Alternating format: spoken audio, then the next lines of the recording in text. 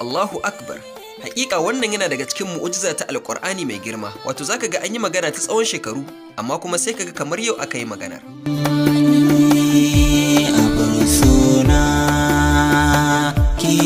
Sannan kuma lokuta da dama idan ana fassara wasu ayoyi na Alƙur'ani sai kaga kamar ma a kanka ake maganar. Domin shi Alƙur'ani babu inda bai taɓo ba, sai dai in ilimin ka ne bai kai gurin ba.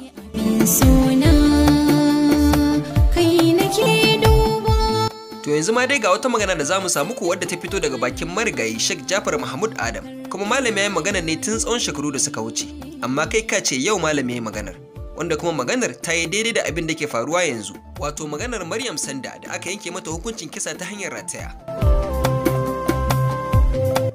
Malam ya tabbatar da cewa idan da mutum ɗaya kacal daga cikin 'yan uwan wanda aka kashe zai ce ya yafe, to babu hukuncin kisa akan Maryam Sanda. Ga dai kalaman daga bakin marigayi Sheikh Jafar Mahmud Adam, da fatan Allah ya jaddada rahama a kabarinsa.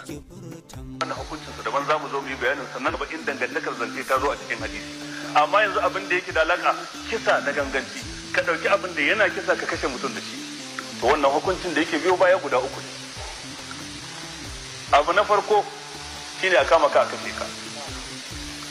Idan waliyan waɗanda aka kashe sun ce a'a ba ma buƙatar a kashe shi, sai a tambaye su to me kuke nufi. To nan suna da dama na abu guda biyu, ko su ce ya biya mu diya, sai a kallafa masa diya. An gane ko? Diya kuma shine biyar rakumi 100, ko ba haka ba?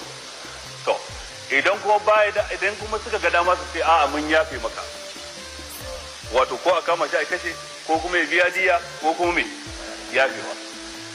Duka da abin da ya shafi diya, da abin da ya shafi kisa, da abin da ya shafi a yafe ba mai ikonsa, ko gwamnati ba ta da iko, sai waliyan auliya uddami kenan, auliya ul maktul. Wa man qutila mazluman faqad ja'alna li waliyhi sultanan fala yusrif fil qatl innahu kana mansura. Duk wanda aka kashe masa dan uwa, aka kashe masa uba, aka kashe masa da, aka kashe masa kaza, ba yana da bin jinin sa ba kenan. Ja'alna li waliyhi sultanan.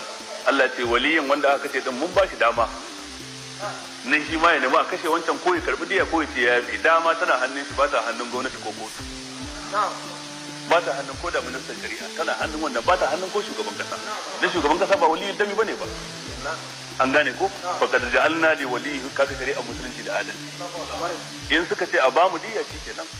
In suka rigima, wani ya ce a ba mu diya, wani ce ni ban yadda ba a kashe shi, to diya za a biya.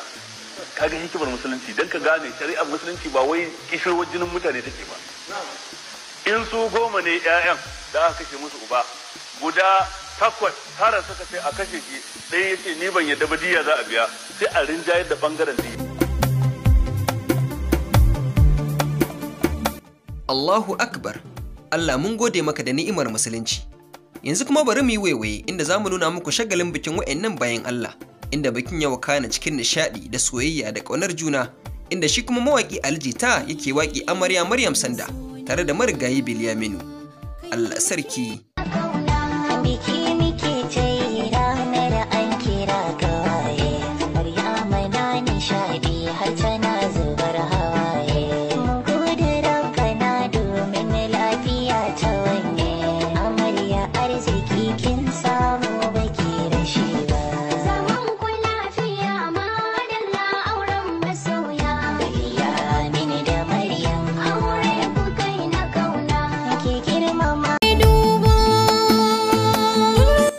Allahu Akbar.